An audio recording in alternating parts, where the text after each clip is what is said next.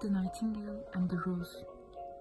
I walked within a garden fair, at dawn to get a rose there, when suddenly sounded in the dale the singing of a nightingale.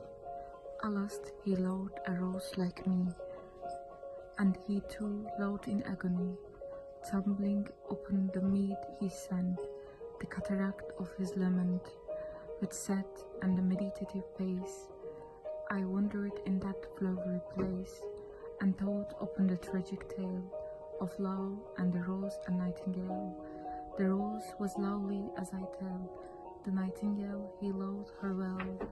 He with no other love could live, and she no kindly word will give. It moved me strangely as I heard the singing of that passionate bird. So much it moved me, I couldn't endure the burden of his thoughts.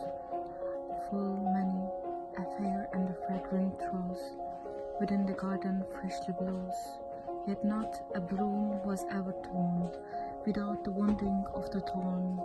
Think not, O Hafez, any cheer to gain of fortune's veiling sapphire. Fate has 1,000 turns of ill, and never a turmoil of goodwill.